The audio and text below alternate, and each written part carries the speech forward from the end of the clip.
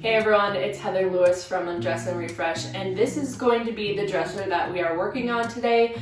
But as you can see, I've already started it, so let's take a few seconds to go back and see what we've already done. This is a 6-drawer dresser that I got off of Facebook Marketplace for free actually, and I'm going to be starting off this makeover by taking off the hardware and giving it a good scuff sand with a medium grit sandpaper.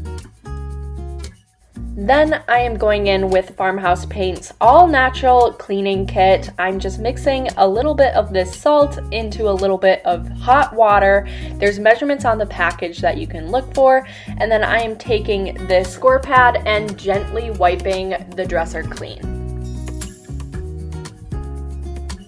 Next, I took all of the drawers out and started to prime with my favorite primer, but I will note that you actually don't have to prime with any of Farmhouse Paint's paint. Now that we're all caught back up, it's time to get started on painting, and I am going to be using this beautiful green color from Farmhouse Paint called Sage Shadow. Whenever opening up a new can of paint, I like to make sure that I give it a good mix just so that I have all of the materials in there that I need for this paint to adhere to the dresser.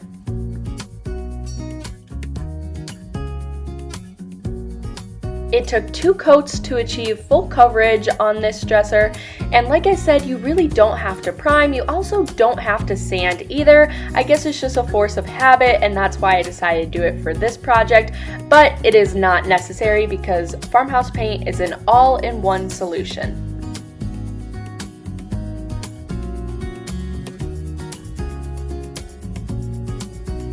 Just to put some extra detail on the drawers, we are going to be using this really awesome botanical skin wraps.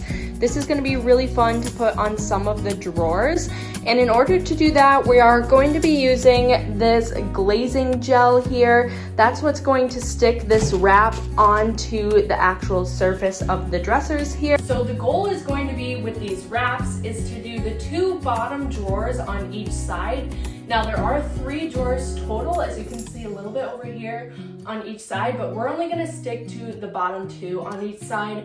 So that means I'm going to be taking this drawer right here. I already painted the color on, so now we can actually put the skin wraps on. What you're going to be doing here is taking just 1 sheet of your skin wrap, and you're actually going to want to crinkle it just like this. You're going to want to uncrinkle it and try to flatten it out a little bit more. I want to have a little bit hanging over just to make sure that I have enough, but this seems about right. There's going to be a little bit of leftover, which is perfect.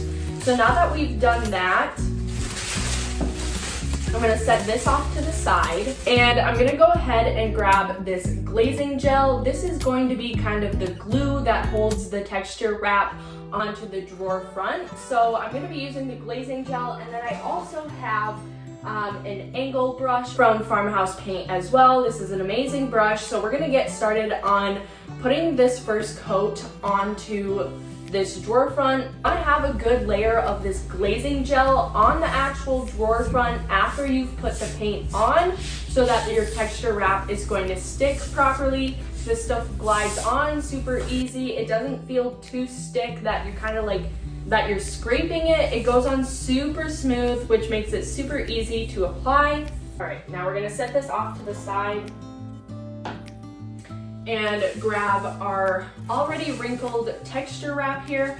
Now, if you want more texture, make sure that you wrinkle it up as much as you can. If you want less texture, wrinkle it up less. That's how it works.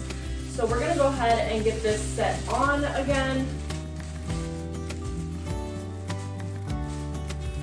Now you do have a little bit of time to wiggle it around if need be, but try to be as spot on the first time around. You can see that I'm just laying it on here now, making sure that there's enough glue of the glazing gel sticking on. So now what we're gonna do is we're actually going to apply another layer of this glazing gel, and then we'll set it off to the side and go on and handle it further. So we're gonna get this second coat on.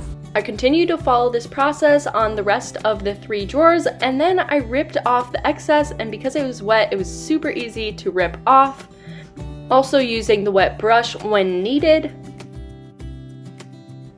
I let it dry overnight and I got the hardware back on, and now it's time to show you the final reveal.